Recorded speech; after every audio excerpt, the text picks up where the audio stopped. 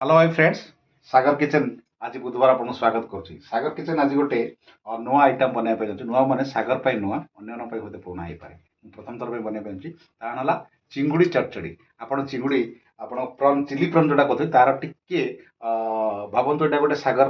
ना मसला पकईकि ना दिखाई चिंगुड़ी चटचड़ी। चिंगुड़ी चटचड़ी देखो मुझे प्राय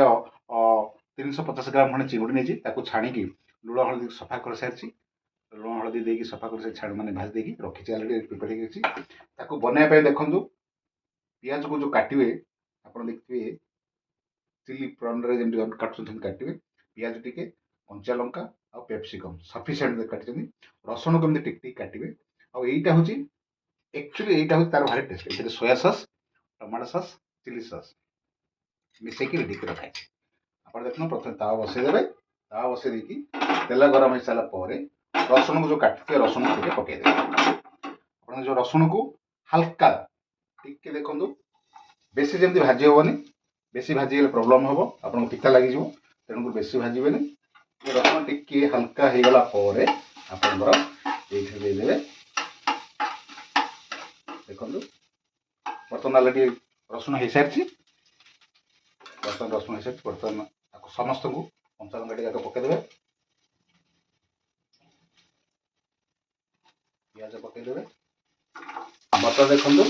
आपंकर पिज कैप्सिकम पकई सारी हल्का लुण टे पकईदे लुण पकईकि आप भाजे ये पूरा अधा फ्राए हो गला आपंकर जमी पूरा सीझी न पूरा अधा फ्राए हो गला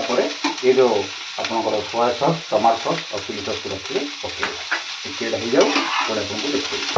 टिके हल्का भाजी हो सारी बर्तमान आगुरी रेडी कर चिंगुड़ी को बर्तमान ये पकईदे बर्तमान चिंगुड़ी पड़गला ये पुणी टिके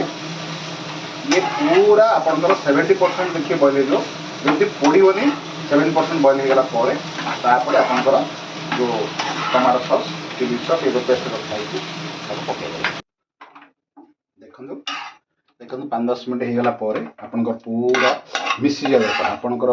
पिज आप पेप्सिकम देखो पूरा पेस्ट टाइप मिसी सस भी पकईदेला आप गरम गरम आपंकर पूरा खाईपारे खाईपारे चिंगुड़ी टिके देवे पेप्सिकम ता ना हूँ चिंगुड़ी चटचड़ी अति कम समय बनातु खाँ स्टार्टर आप खाईपारे अलग समय भी खाईपारे। धन्यवाद।